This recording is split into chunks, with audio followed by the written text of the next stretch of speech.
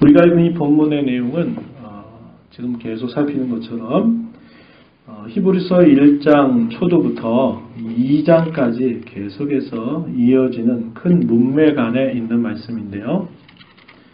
계속 사도가 이야기하고 있는 게 뭐냐? 그리스도와 천사를 비교해서 그리스도께서 천사와 비교할 수 없을 정도로 우월하시다, 뛰어나시다 하는 이야기를 계속 해가고 있습니다.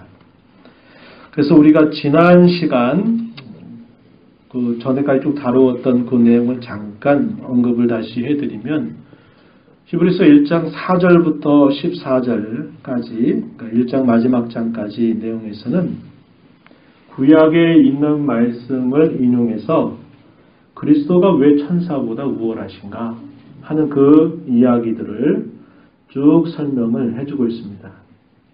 그래서 구약의 이러이러한 말씀들에 따라서 그리스도는 천사보다 우월하시다.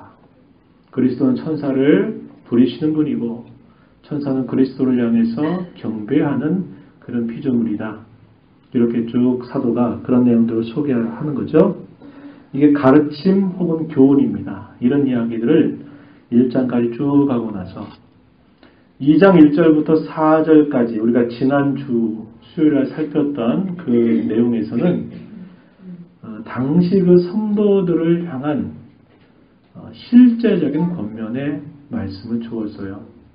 그러니까 항상 이 히브리서의 구조가 그렇게 돼 있어요. 가르침이나 그 교훈을 쭉 설명하고 그 가르침과 교훈의 근거에서 성도들에게 실제적으로 권면해요. 어떻게 하십시오.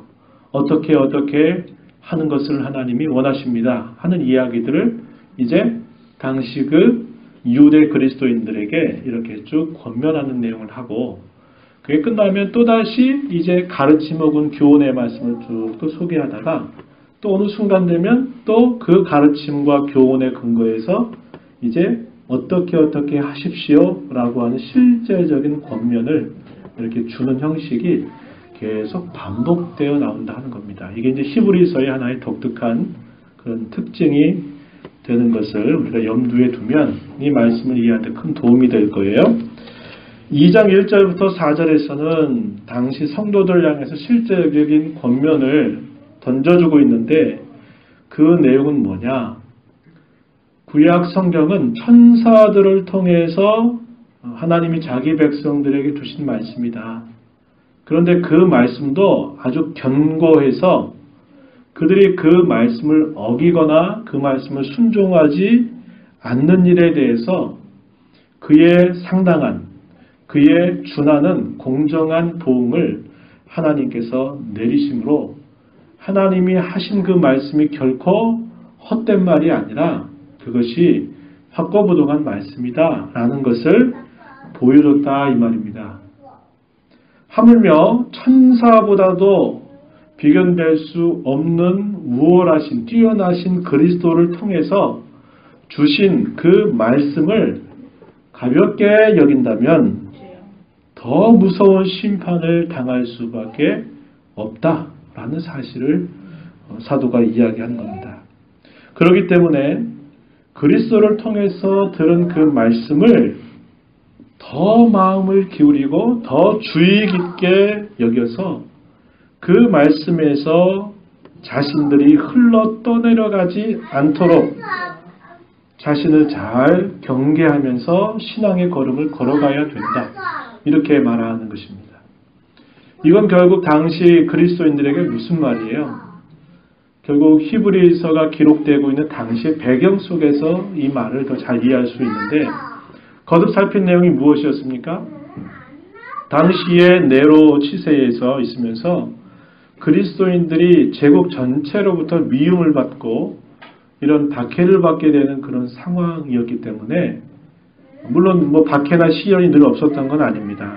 우리가 잘 사도행전을 통해서 본 것처럼 복음을 전해내는 그런 과정에서 각 지역에 갈 때마다 끊임없는 그런 박해와 또 시련 그런 것들은 늘 있어 왔던 일이에요. 그러나 로마 제국 전체가 그리스도인들을 겨냥해서 박해하는 일들은 이전에 없었던 일입니다. 바로 그 일이 이 히브리서가 기록돼서 편지로 그들에게 전해질 그 상황 속에 이러한 일들이 일어나고 있었다라는 것이 배경이라 그럽니다. 그렇기 때문에 왜 그리스도를 통해서 주신 말씀을 더 두려워하고 그 말씀에서 떠나지 않아야 되느냐? 그것은 결국 그들이 그리스도를 버리고 다시 자신들의 본래 신앙인 유대교로 돌아가려고 하는 그들의 그 배교의 상황이나 그들의 마음이 연약해지는 그 일들을 사도가 경계시키는 겁니다.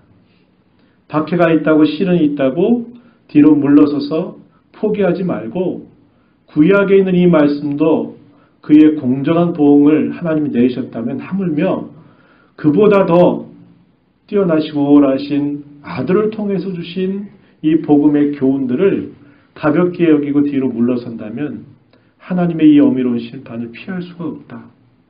그러니 그 신앙을 부여잡아라 하는 그런 권면을 주는 내용입니다. 그런 다음 사도는 그러면 왜 그리스도께서 천사보다도 더 못한 그런 모습을 취하신 듯 했느냐 하는 것에 대한 그런 설명을 사도가 덧붙여 주고 있습니다. 왜냐하면 실제로 그리스도께서 이 땅에 오셔서 구원의 일들을 이루어 가신 과정이 유대인들이나 어떤 사람들이 봐도 그 죄 가운데 있는 백성, 또 상황적으로는 로마의 제국 아래 있었던 그 이스라엘 나라가 건짐을 받으려고 하면 다른 방식으로 전혀 다른 그런 형식을 통해서 그 나라를 건져내고 그들을 죄로부터 건져내야 되는데 그가 와서 했다고 하는 일이 이해가 안 된다 이 말입니다. 이해가 안 된다는 거예요. 아니 하나님의 아들이라고 말하고 그가 메시아라고 말하는 그분이 그 나사렛 청동네에 태어난 건 무엇이며 그가 또 그렇게 무기력하게 고난받고 죽어가고 그렇게 십자가에 저주받아 죽어야 된다고 하는 사실이 그들에게는 상식적으로 도무지 이해가 되지 않는 방법이었다 이 말입니다. 큰 왕권을 가지고 큰 힘을 행사해서 완전히 힘으로 제압해버리는 방식으로 얼마든지 해야 누가 봐도 이해가 되고 하는데 그 무기력하게 고난받아 죽었다고 하는 그 사실을 두고 어떻게 그게 큰 구원이냐 이렇게 말하는 게 상식적으로 이해가 안 된다 이 말이죠. 근데 그러한 모습은 분명히 하나님의 비밀한 뜻이 있다. 그거에 대한 설명을 이제 사도가 하려고 하는 것입니다. 그게 이제 오늘 우리가 읽은 이 본문 내용 그리고 우리가 이제 다음번에 살피게 될 2장 마지막 절까지 그 내용을 계속 좀 소개하고 있는 거예요. 그래서 이 내용이 결국 보면 왜 그리스도가 천사보다도 못한 모습처럼 그분이 그렇게 계시해야만 됐는지 그 이야기들을 설명하는데 그게 뭐냐? 그리스도께서 왜 사람이 되셔야 했느냐?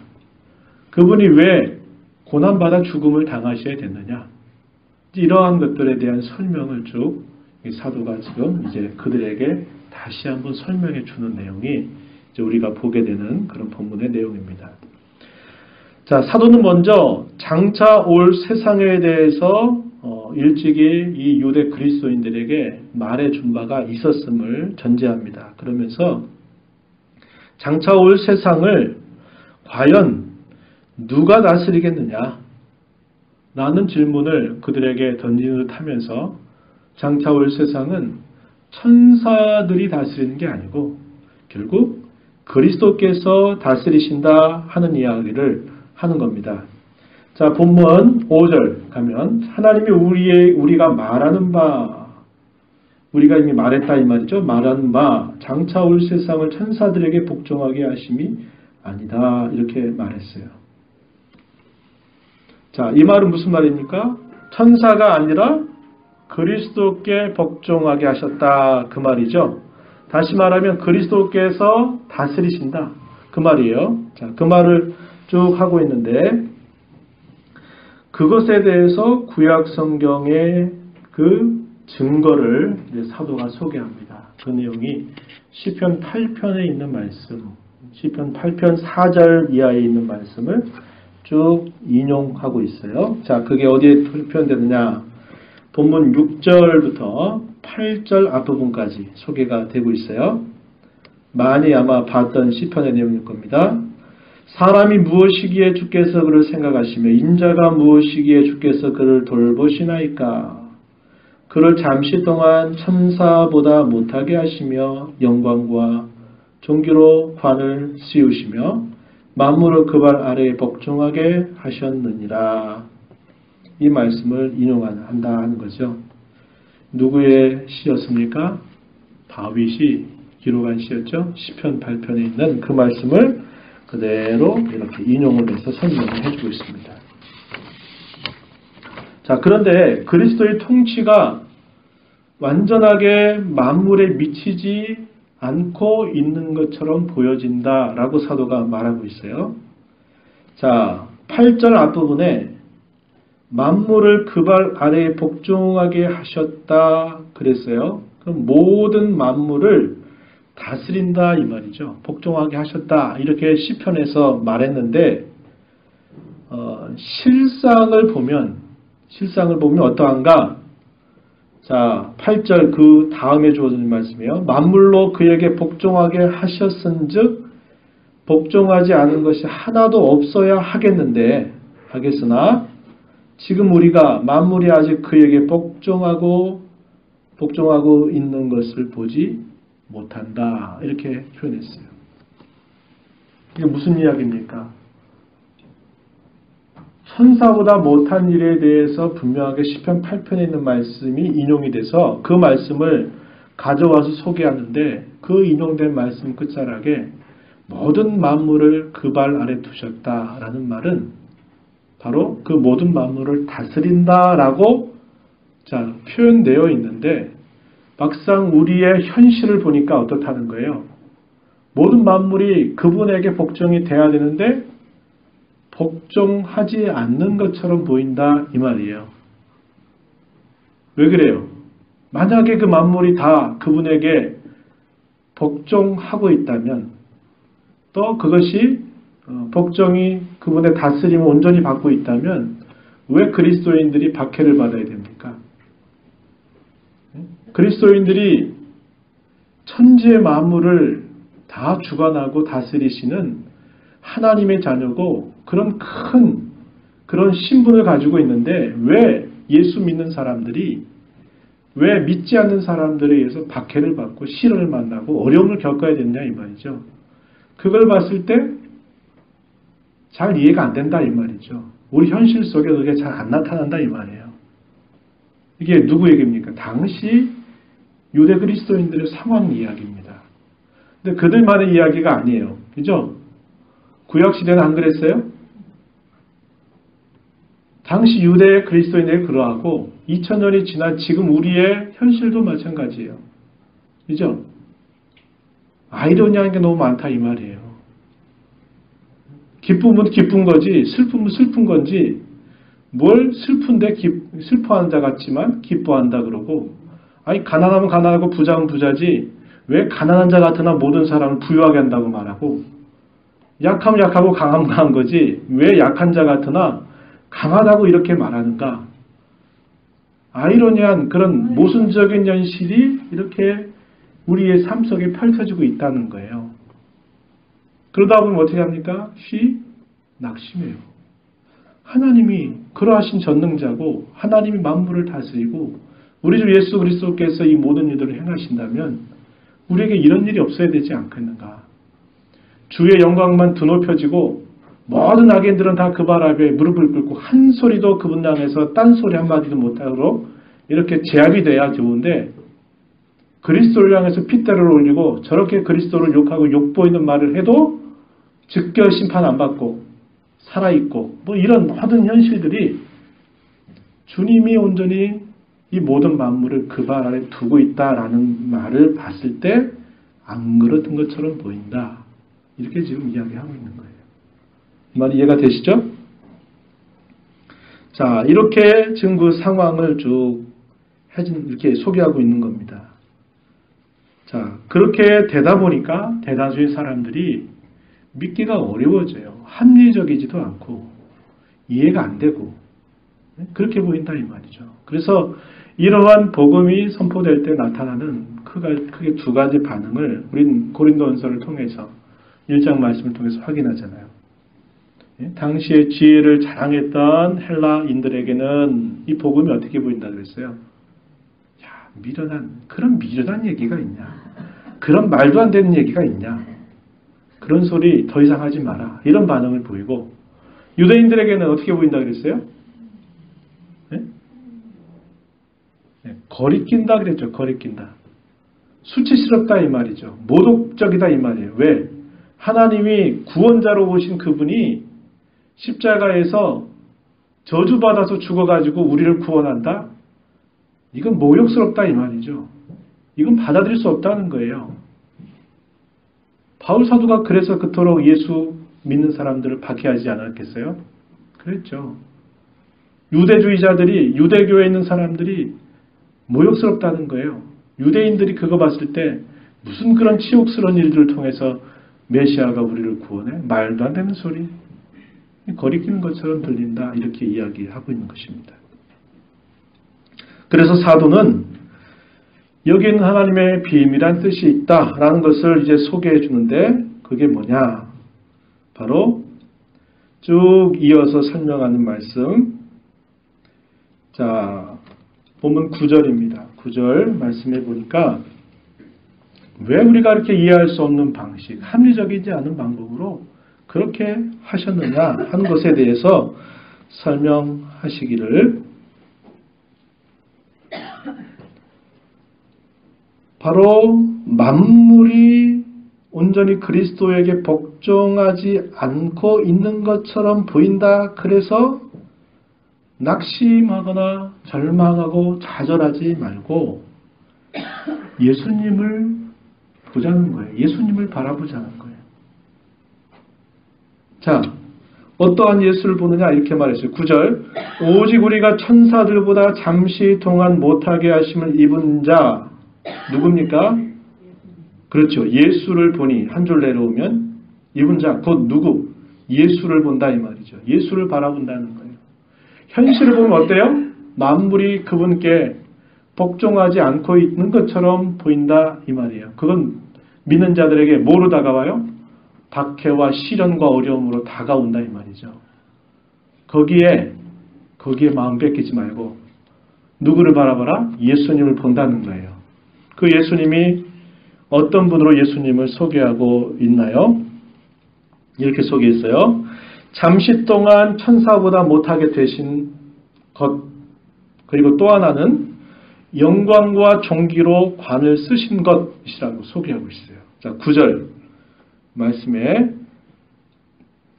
잠시 동안 천사들보다 못하게 하심을 입은 자 이렇게 소개하고 한 줄 내려오면 어떠한 예수로 소개합니까? 영광과 존귀로 관을 쓰신 예수를 본다 그랬어요. 한편으로는 천사보다도 못한 모습을 보고 또 한편으로는 영광과 존귀로 관을 쓰신 그분을 본다. 이렇게 소개하는 거예요. 자, 이 말을 좀 쉽게 표현해 볼게요. 여기 9절이 좀 이해하기 어렵습니다. 우리말로 번역된 게 읽어도 이게 무슨 말인지 잘 이해가 안 돼요. 어려워요. 조금 더 쉽게 제가 정리해서 한번 표현드려보면 이렇게 말할 수 있어요. 자, 9절 말씀을 우리는 이전에 잠시 동안 천사보다 못하게 되셨지만 이제는 영광과 존귀로 관 쓰신 예수를 본다. 자, 하나는 과거에 있었던 일, 천사보다 못하심을 입게 됐던 때가 있고 또 하나는 영광과 존귀로 관 쓰신 그때가 있다. 언제? 이제는 그렇게 표현했어요. 영광과 존귀로 관을 쓰신 그 이유가 뭐냐? 그 이유는 죽임을 당하셔서 하나님의 은혜로 모든 사람을 위해서 죽음을 맛보셨기 때문이다. 이렇게 정리해 볼 수 있어요. 어떻게 천사보다 못하게 되셨던 때가 있고 어떻게 그분이 영광과 존귀로 관을 쓰셨느냐 했을 때 그 이유가 죽임을 당하셔서 모든 사람을 위해서 죽음을 대신 맛보셨기 때문이다. 이렇게 사도가 소개하고 있는 겁니다. 이 표현 속에는 한편으로는 어떤 게 있느냐? 그리스도께서 낮아지셨다라는 뜻이 있어요. 낮아지셨다. 어떻게 낮아지셨나요? 하늘에, 일단 그 얘기도 그것도 그렇지만 하늘의 영광을 버리시고 어떻게 하셨다고요? 낮고 천한 이 땅에 누구로 오셨어요? 우리와 똑같은 사람으로 이 땅에 오셨다는 거. 이게 뭐예요? 성탄이잖아요. 성탄. 혹은 성육신이라고 그래요. 그리고 그분이 이 땅에서 뭐 하셨어요? 당신이 하고 싶은 대로 우리처럼 내 하고 싶은 대로 다 하면서 내 인생 살지 않았어요. 어떻게 사셨어요? 인생 많은 부분은 아들로 살았죠. 장남으로 살았죠. 그러시다가 그분이 3년을 사셨을 때 그 3년의 삶은 어떤 삶이에요? 율법 아래서 사셨던 삶이에요. 율법 아래. 율법 아래 무조건 복종하셨어요. 예수님 시험 당하실 때 아니면 어떤 말씀을 가르치실 때 행하실 때 항상 그분은 자기 스스로 하고 싶은 말을 하신 게 아니라 항상 아버지의 말씀을 따라서 말씀하셨고 그분의 뜻을 따라서 행하셨고 하신 거예요. 하나님 말씀에 철저하게 복종하시고 순종하셨어요. 율법 아래 철저하게 복종하시면서 사셨단 말이죠. 그분은 율법을 주신 분이에요. 주신 분이 스스로 그 율법의 종로를 타는 자로 자신을 낮추셨어요. 그리고 마침내 어떻게 하셨습니까? 털 깎는 자 앞에 잠잠한 어린 양과 같이 종교 지도자들과 로마 군병들 앞에서 아무런 항변도 하지 않고 아무런 대답도 하지 아니하시면서 모든 걸 다 그 수모를 다 당하셨잖아요. 그리고 어떻게 되셨습니까? 치욕스럽고 고통스러운 십자가 처형을 받아 6시간 동안 십자가에 매달려서 물과 피를 다 쏟고 죽으셨다 이 말이죠. 이게 뭐예요? 이게 낮아지심이다 이 말입니다. 이 부분을 두고 뭐라고 이렇게 표현할 수 있느냐? 천사보다 못하게 하심을 입었을 때라 이렇게 표현할 수 있는 거죠. 그분이 어떻게 하셨어요? 근데 그것으로 끝이 아니고 사흘째 되는 날 다시 사망 곳에 깨뜨리고 일어나셨죠. 부활하셨죠. 그리고 승천하셨죠.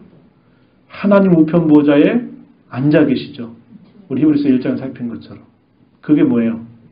영광과 존귀로 왕관을 쓰신 그분의 모습을 표현하는 거예요. 뭡니까? 높아지심이라고 말하는 것이에요.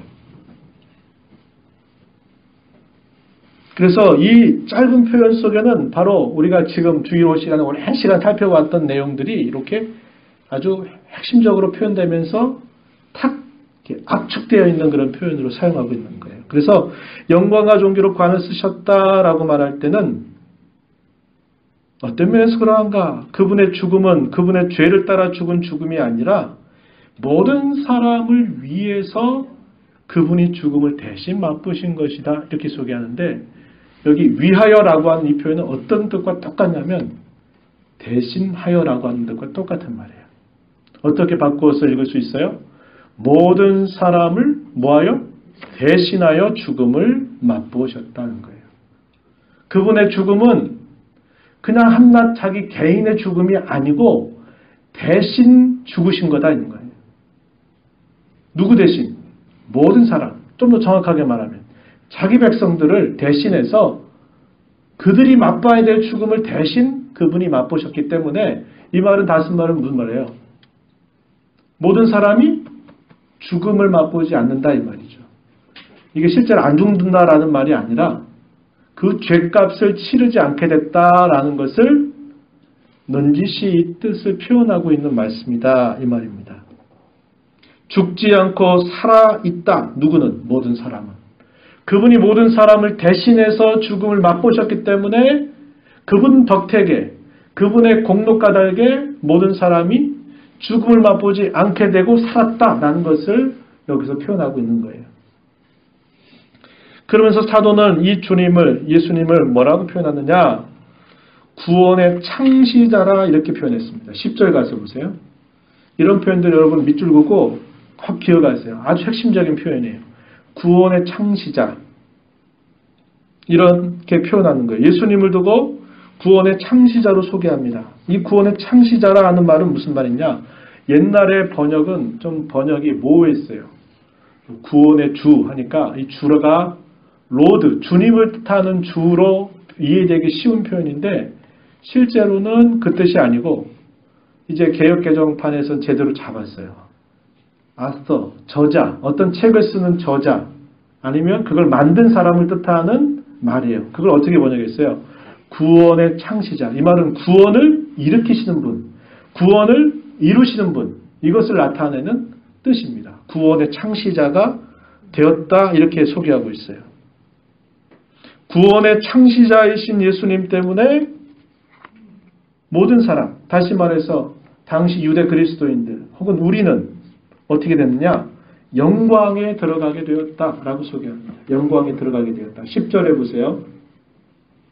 그러므로 만물이 그를 위하고 또한 그로 말미암은 이가 많은 아들들을, 많은 사람들을 이끌어 어디에 들어가게 하셨다? 영광에 들어가게 하시는 일에 그들의 구원의 창신자를 고난을 통해서 온전하게 하셨다. 이렇게 소개하고 있는 거죠. 성부 하나님께서는 그 예수님을 어떻게 해서 구원의 창시자가 되도록 하셨는가? 이렇게 말할 때는 고난이라고 하는 걸 통해서 온전하게 하셨다라고 이렇게 소개해요. 이게 아주 놀라운 비밀이라고 소개하는 겁니다. 예, 아까 이야기했지만 세상 사람들에게는 이해가 안 돼요. 합리적이지도 않아 보여요. 아까 말씀드렸죠. 자기 나라를 속박해서 건져내려면 그런 식으로 해가지고는 안 돼요. 그렇죠? 어떤 사람을 죄 가운데 건져내려면 그 죄를 완전히 끝장내버리고 멸해버리면 될 텐데 그 죄의 종노릇해서 그 죄값을 따라 죽음을 당하고 그리고 죽었다가 왜 또 다시 살아나고 이런 식으로 하는 것 자체가 이해가 안 된다 이 말이에요. 그런데 하나님의 이 구원의 비밀한 경륜은 이렇게 하나님이 하셨다는 거예요. 그 구원의 창시자이신 예수 그리스도를 천사보다 못하게 하셔서 그를 고난받게 하시고 그 고난의 극치로 죽음을 당하게 하시면서 구원하시고 하셨다는 거죠. 그래서 그 결과 우리는 그 죄로 인한 죽음을 당하지 않게 되었고 어디까지요? 어디까지 이르게 됐다고요? 영광에 이르게까지 하셨다는 거예요. 그 이야기를 지금 하고 있다 이 말이죠. 이게 바로 하나님의 구원의 비밀이다. 이렇게 말할 수 있는 거예요. 그래서 우리가 신약에 있는 말씀을 보면서 항상 경건의 비밀이다. 아니면 창세전에 감추어졌던 비밀인데 이제 우리에게 나타난 바 됐다. 비밀이라고 말하는 것들이 뭐예요? 구원을 어떻게 하나님이 자기 백성을 구원하고 그 백성들 가운데 어떻게 그리스도의 통치가 이루어지는가를 이야기할 때 그걸 두고 모든 사람이 알 수 없기 때문에 그걸 두고 비밀이다. 이렇게 이야기한 거예요. 혹은 비밀한 경륜이다. 이렇게 표현했다. 이 말이에요. 바울 사도가 에베소서에서. 지금 그 이야기를 이렇게 하고 있다. 이 말이죠. 사도는 더 나아가서 우리 구원의 창시자이신 예수님께서 어떻게까지 되시느냐 이렇게 말할 때 그분은 우리의 형제가 되신다라고 말해줍니다. 자, 11절에 여기 보세요. 거룩하게 하시는 이 누굴까요? 예수님을 말하죠. 거룩해 하시는 분. 예. 거룩하게 함을 입은 자들 누굴까요? 신자들. 예? 예. 거룩함을 입은 자들 누구예요? 우리는 거룩해 할 수가 없잖아요. 우리 거룩함을 입어야만 될 자고 예수님은 거룩해 하시는 분이에요. 그러니까 예수님과 우리가 어디서 났다 그래요? 한 근원에서 났다 이렇게 말했어요. 한 근원에서 났다. 이 말은 번역에 따라 여러 가지 이해가 가능한데 하나는 뭐냐면 한 근원에서 났다 이 말은 같은 우리와 똑같은 인성을 가지신 분이다 라는 뜻으로 표현되기도 하고 또 하나는 같은 가족에 속한다 라는 말로도 이해가 되는 표현이에요. 중요한 건 뭐예요? 우리와 똑같은 그러한 분이 되셨다 이거죠. 그래서 예수님 우리를 두고 뭐라고 부르시기를 부끄러워하지 아니하신다 그러냐면 11절에 보니까 형제라 부르시기를 부끄러워하지 아니했다 이렇게 말했어요. 우리를 두고 형제다. 이 말은 무슨 말이에요? 한 가족이다. 그런 뜻이기도 한 거죠. 그분이 어떻게 우리와 한 가족이 되고 하나가 형제가 되겠습니까? 어떻게 됐어요? 그가 우리와 같은 사람이 되심으로 말미암아 가능한 거죠. 그분이 우리와 함께 그분 자신과 하나가 되게 해서 우리를 그분과 연합을 시켜서 우리로 하여금 그분의 형제가 되게 하고 그분과 한 가족을 이루도록 하셨다라는 걸 말해줘요. 그게 뭐예요? 그게 바로 연합이라고 하는 겁니다. 연합. 우리가 무엇이기에 도대체 얼마나 가치 있는 자에게 그렇게 하셨어요? 아무런 가치 없는데 우리의 가치를 그렇게까지 높여주셨다 이 말이에요. 누가? 예수님께서. 그래서 이에 대한 구절을 소개하는데 자 여기 12절 13절은 그 이야기를 이제 기초로 해서 인용된 구절을 소개하고 있어요. 앞에 소개되고 있는 12절에 있는 말씀은 자 시편 22편 22절 말씀에서 인용되고 있는 말씀인데요. 자 히브리서 2장 12절 말씀 제가 읽어드리면 보세요. 내가 주의 이름을 내 형제들에게 선포하고 내가 주를 교회 중에서 찬송하리라 이렇게 한 말을 인용하는데 여기 주라고 하는 표현 당신이란 말이 높은 말이에요. 여기서 말하는 게 주 하니까 우리가 주님 할 때 그 주가 아니라 당신에 대한 높임말로서 주를 쓰고 있다 이 말이에요. 그래서 내가 주의 이름을 내 형제들에게 이 말은 내가 당신의 이름을 내 형제들에게 선포하고 내가 당신을 교회 중에서 찬송하겠습니다 라고 하는 표현을 사용하고 있는 말이에요. 또한 그 다음 13절에 2장 13절에서 표현하고 있는 말 내가 그를 의지하리라 이것은 이사야서 8장 18절 말씀을 인용해서 했어요. 여러분 밑에 보면 표시가 되어 있을 거예요. 구약에 어디에 있는 말씀 또 이어지는 말씀 볼지어다 나와 및 하나님께서 내게 주신 자녀라 하는 이 표현은 바로 다음 절 이사야서 8장 19절에 있는 말씀에서 인용하고 있는 그런 말씀이에요. 이 말씀을 통해서 사도가 결국 강조하는 게 뭐냐 그분은 우리와 연합하심을 하나 되심을 통해서 우리를 그의 형제로 삼으셨다라고 말하는 거예요. 그리스도께서 우리 구원의 창시자가 되시고 우리를 영광이 들어가게 하시고 우리를 두고 한 가족이다 혹은 우리를 두고 형제들이다 이렇게 말씀하시기 위해서 하나님이 마련하신 구원의 그 하나님의 계획은 천사보다도 못하게 하셨다가 그로 하여금 영광과 존귀의 관을 쓰게 하시는 그런 계획을 가지고 이런 일을 하신 것이다 라고 지금 사도가 설명하는 거예요. 그래서 다시 이 본문을 좀 나가서 다시 말씀드리면 어떻다는 거예요. 우리가 살고 있는 현실이 주님이 온전히 통치하지 않는 것처럼 보인다 이 말이에요. 제가 요 근래에 우리나라 지금 일어나고 있는 정치 그런 어떤 이런 부패의 여러 문제들을 제가 보면서 다번이 다 그 결말이 드러나 있는데도 사실이 밝혀지지 않았다. 그래가지고 가만히 있는 그 모습을 보면서 야 이게 참 저 같은 사람도 별로 그런 쪽에 관심 안 갖고 있는 저 같은 사람 봐도 막 속에서 답답해가지고 아주 어떻게 저렇게 하나님 앞에서 저렇게 말할 수 있을까? 그렇게 말할 수 없는데 뻔히 드러나도 일단은 끝까지 갈 때까지 가보자는 거죠. 참 그럴 정도로 사람의 양심이 화인 맞은 자처럼 돼버린 거예요. 너무 안타까웠어요. 지금도 계속 그렇게 되고 있잖아요. 하나님이 살아계시다면 하나님이 분명히 살아계셔서 그들의 그 죄악을 따라 처벌하신다면 이렇게 못할 거예요. 근데 안 그런 것처럼 보인다 이 말이에요. 거짓말을 해도 얼마든지 살아가는 데 문제없고 진실을 외면해도 괜찮고 악을 행해도 하나님 보라시지 않으니까 담대함을 얻어가지고 악을 그냥 공공연하게 행하고 하나님이 계셔? 하면서 하나님 우롱하고 욕하고 그렇게 말해도 아무런 일이 없는 것처럼 보이고 예수 믿는 사람, 진실하게 믿는 사람들은 따돌림 당하고 어려움 당하고 박해 당하고 시련 맞고 이런단 말이죠. 이런 현실이 있다 이 말이에요. 없는 게 아니다 이 말이에요.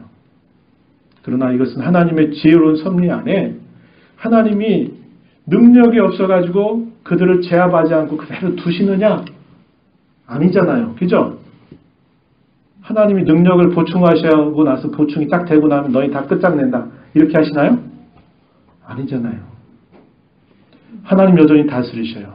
모든 이 세상의 모든 일들을 지금도 다스리셔요. 교회를 위해서 온전하게 지금도 다스리고 계신데 그게 우리에게는 뭔가 아직 결말이 안 보이는 것처럼 여전히 나타나 보인다 이 말이죠. 그것 때문에 계속 우리가 뭐예요? 시행착오하고 맨날 또 실수했다가 넘어지고 걸려 넘어졌다 일어섰다 넘어졌다 이렇게 지금 계속 살고 있잖아요. 사도가 뭐 얘기해요? 그거 바라보지 말아라. 누구 바라봐라? 예수를 봐라. 그분이 어떻게 우리를 구원하셨는지 그분이 우리를 어떻게 영광에 이르게 하실는지 그분이 나와 같은 보잘것없는 사람을 어떻게 자기의 가족처럼 자기의 형제처럼 여기면서 우리를 그렇게 대하시는지를 봐라. 이렇게 지금 사도가 소개하고 있다 이 말입니다. 이 이야기는 당시 유대인들에게 반드시 해줘야만 되는 이야기였고 이 말씀을 읽는 오늘 우리도 예외입니까? 아니죠. 마찬가지. 그래서 우리는 먼저 뭐 해야 됩니까? 우리 구원의 창시자가 되시고 우리의 참된 영자가 되신 예수 그리스도를 향해서 무엇보다도 감사를 무엇보다도 찬송을 드려야 됩니다. 우리가 여기 읽었던 12절에서 말하잖아요. 자, 주의 이름을 내 형제들에게 선포해라. 내가 주를 당신을 교회 중에서 뭐하리라? 찬송하리라. 선포한다. 전한다. 찬송한다. 뭐하는 거야? 자랑한다. 높인다. 그 말이죠. 왜요? 그분이 그렇게 하심을 통해서 내가 죄로 인한 죽음을 면했기 때문에 그뿐만 아니라 내가 영광에 들어갈 수 있게 됐기 때문에 그뿐 아니라 그분이 나의 친구가 되고 나의 형제가 되셨기 때문에 그분을 선포하고 그분을 찬송해라. 이렇게 말하고 있습니다. 두 번째는 그 이야기입니다. 지금의 현실만 바라보고 안주하고 전부인 줄 생각하지 말고 예수 그리스도를 바라보고 의지해야 한다는 겁니다. 왜냐? 그분만이 우리 구원의 전부고 모든 승리의 근원이 되시기 때문이라는 거예요. 지금의 우리의 살아가는 삶의 현실이 우리 구원이 온전히 나타나지 못한다고 그래서 혹은 믿음 때문에 어려움을 만나고 시련을 만난다고 해서 이것이 전부인 것처럼 생각해서는 안 됩니다. 또한 이것에 주저앉아서도 낙심해서도 안 돼요. 오히려 우리는 이런 상황 속에서 우리의 시선을 주님께 향해야 합니다. 그리스도를 바라보아야 해요. 그분만을 의지해야 됩니다. 13절에 뭐라 그랬어요? 13절 내가 그를 의지하리라. 왜요? 그분만이 우리 구원의 전부가 되시기 때문에. 아까 이야기했죠? 가난한 자 같으나 부유하고 슬픈 자 같으나 기뻐하고 약한 자 같으나 강하고 이런 모순적인 이런 현실인데 이게 뭐예요? 승리 아닙니까? 승리. 이런 승리를 누가 주셔요? 그리스도께서 주시기 때문에.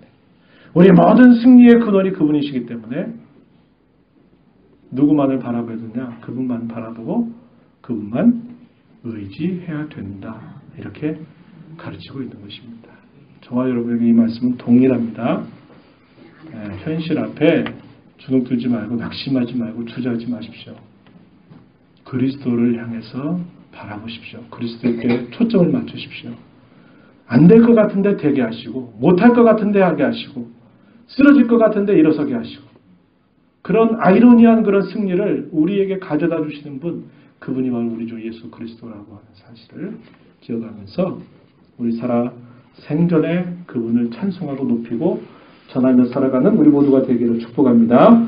하나님 아버지 감사드립니다. 오늘도 주께서 피로 값주고 사신 귀한 사랑하는 권속들과 함께 주님의 말씀을 함께 있습니다. 고난과 박해 현실을 살았던 유대 그리스도인들, 고난을 보고 박해당하는 것 보고 사랑하는 동료들이 죽음의 현장으로 순교 현장으로 내몰리는 것을 볼 때마다 얼마나 두렵고 절망적이고 주님이 정말 다스리는 것 맞나 하는 의구심이 충분히 일어날 수 있는 그런 상황을 맞았을 것입니다. 그러나 사도는 이렇게 말합니다. 우리를 위해서 천사보다 못하게 되셨던 그분이 영광과 존귀로 관쓰신 그분이 되셔서 우리 구원의 창시자가 되시고 우리를 영광에 임하게 들어가게 하시고 우리의 형제가 되신 그분을 바라보라 이렇게 가르쳐 줍니다. 오늘을 살아가는 저희들에게 있어서도 크고 작은 많은 일들 속에서 낙심하고 주저할 일들 많이 있겠사오나 그것 때문에 주저앉지 않게 하시고 우리의 승리의 근원이 되신 예수 그리스도, 우리의 구원의 전부가 되시는 예수 그리스도를 바라보며 의지하며 살아가는 저희가 되게 하여 주옵소서. 예수님 이름으로 간절히 기도하옵나이다. 아멘.